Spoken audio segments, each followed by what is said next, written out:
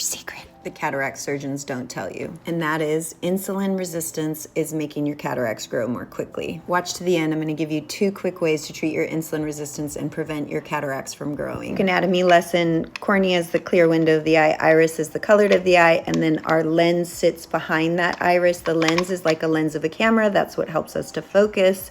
But what happens is as our blood sugars goes up, think of it like our eye is soaking in blood sugar, and that causes glycation of the lens, which causes a clouding of the lens. Essentially, it's like sugars attaching to our lens. And you don't have to have diabetes for this to happen. You can just be what's called insulin resistance, and that cataract's gonna start growing. For the nerds in you, another thing that's happening is the polyol pathway. So when we have the high glucose, that normally will get converted to sorbitol, which then gets converted to fructose.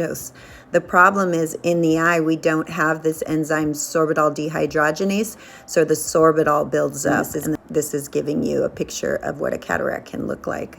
Sorbitol is an osmotic, so it pulls the water into the lens, which then causes the swelling, the distortion, the damage to lens fibers, and that cataract formation.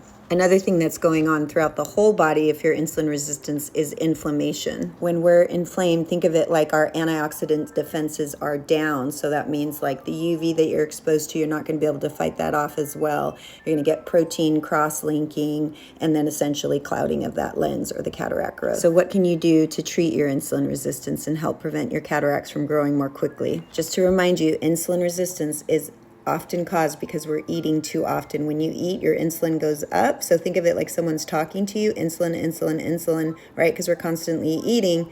But if you stop eating, the insulin will go away and we become sensitive to it again, right? Someone's talking to you, don't hear them, they stop talking.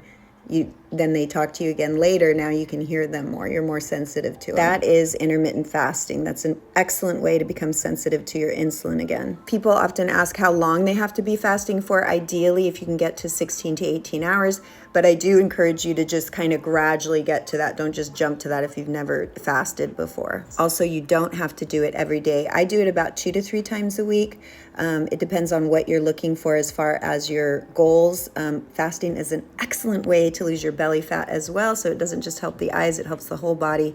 But remember, the eyes are the window to the soul, and the eyes are the window to the whole health of the body. So by helping your eyes, obviously you're going to help your whole body. Okay, second thing to do would be to increase your fiber. There's the FFP rule, which is fiber, fat, protein first. So when you break your fast or when you start to eat fiber first and then your fat and your protein. What that's going to do is that's going to blunt your blood sugar response.